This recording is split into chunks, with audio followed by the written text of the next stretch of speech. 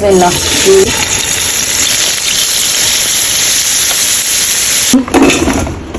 আমি সর্বপ্রথম পুঁটি মাছগুলোকে হলুদ মরিচ লবণ মেখে নেব। দিয়ে দিচ্ছি লবণ, মরিচের গুঁড়ো, হলুদের গুঁড়ো। যে কোনো মাছ ভাজা খেতে মশলাটা মেখে কিছুক্ষণ রেখে দিলে সেই মাছটা ভেজে খেতে বেশ ভালো লাগে। মাছগুলো মাখা হয়ে গেছে। এখন আমি শোল মাছগুলোকে হলুদ মরিচ দিয়ে মেখে নেব। লবণ, হলুদের গুঁড়ো, মরিচের গুঁড়ো। এখন মাছগুলোকে মেখে এক সাইডে রেখে দেবো। মাছগুলো মেখে নিয়েছি। আর আমি ম্যাগি মশলা দিয়ে বেগুনটা রান্না করবো, সেই বেগুনটা আমি ম্যারিনেট করে নিচ্ছি। দিয়ে দিচ্ছি মরিচের গুঁড়ো, হলুদের গুঁড়ো, স্বাদ মতো লবণ দিয়ে খুব ভালো করে বেগুনটা মেখে আমি কিছুক্ষণ রেখে দেবো।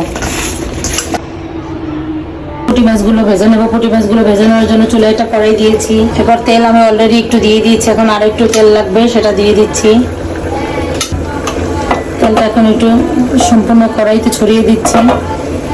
মাছগুলো আমি আগে থেকেই মশলা মেখে রেখেছিলাম, এখন মাছগুলো ভেজে ফেলবো। বিসমিল্লাহ।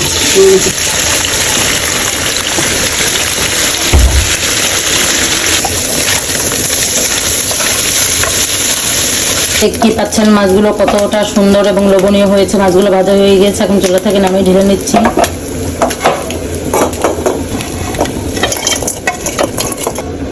এখন আমি শোল মাছগুলো ভেজে নেবো। শোল মাছ ভাজার জন্য একটু তেল দিয়ে দিচ্ছি।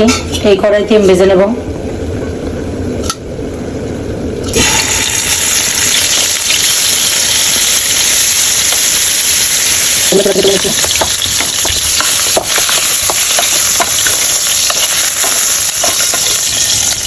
এখন আমি মাছ ভাজা তেলের ভিতরে আগে থেকে মেখে রাখা বেগুনটা আমি ম্যাগি মশলা দিয়ে ভাজি করে নেব।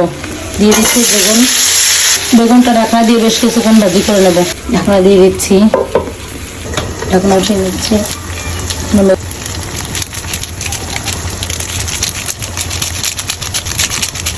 খুব ভালো করে নেড়ে মশলাটা মিশিয়ে নিচ্ছি। বেগুনগুলো ভাজা হয়ে গেছে, দেখতেই পাচ্ছেন। মশলাটা আমি খুব ভালো করে মিশিয়ে নিয়েছি। এখন চুলা থেকে নামিয়ে নেব।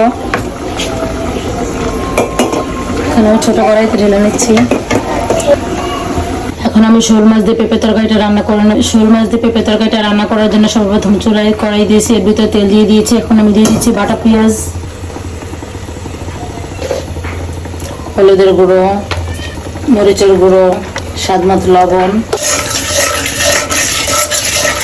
দিচ্ছি টমেটো কুচি।